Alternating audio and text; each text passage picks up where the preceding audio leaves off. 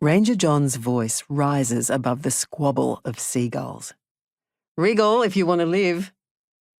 On cue, the seahorse unfurls.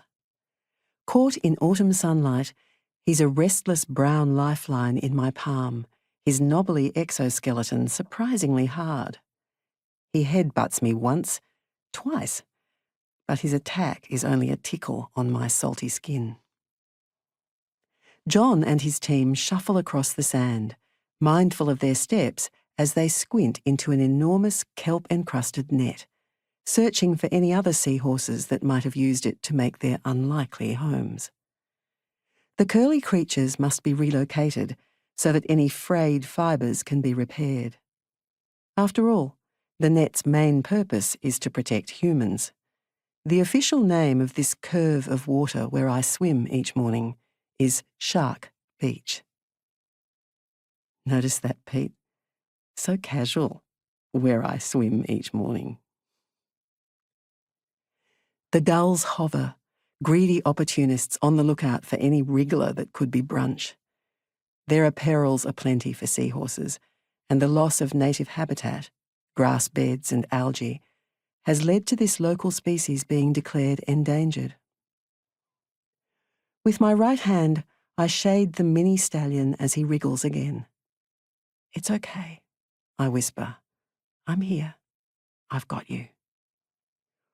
Almost 1,000 kilometres south, on the 35th floor of a city high-rise in Melbourne, another unlikely home awaits its tenants.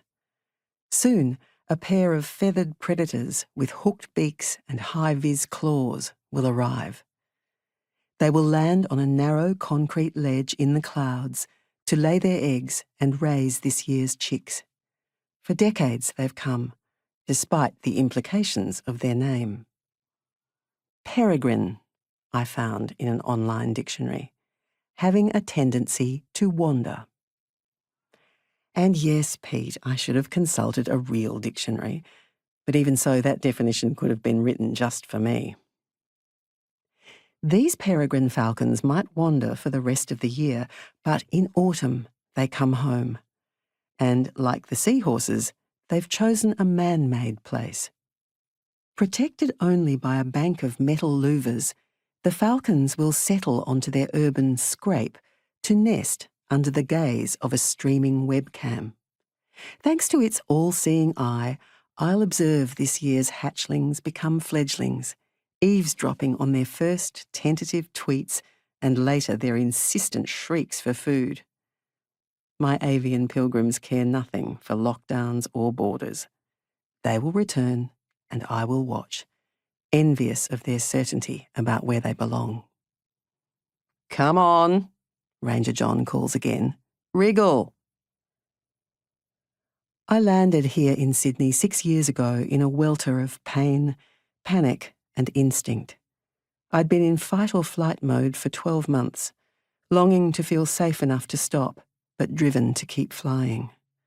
I brought almost nothing of my previous life. Grief had made me ruthless. I threw and threw. And yes, I do know how appalled you'd have been by that, Pete. My father implored me to wait, to cling to the familiar. Constance, he advised, would give me scaffolding.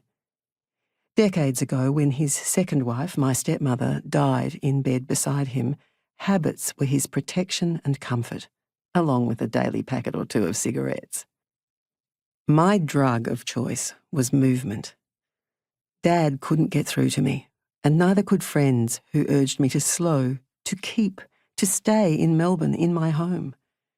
Instead, I fled to this harbour, a place of shelter or refuge.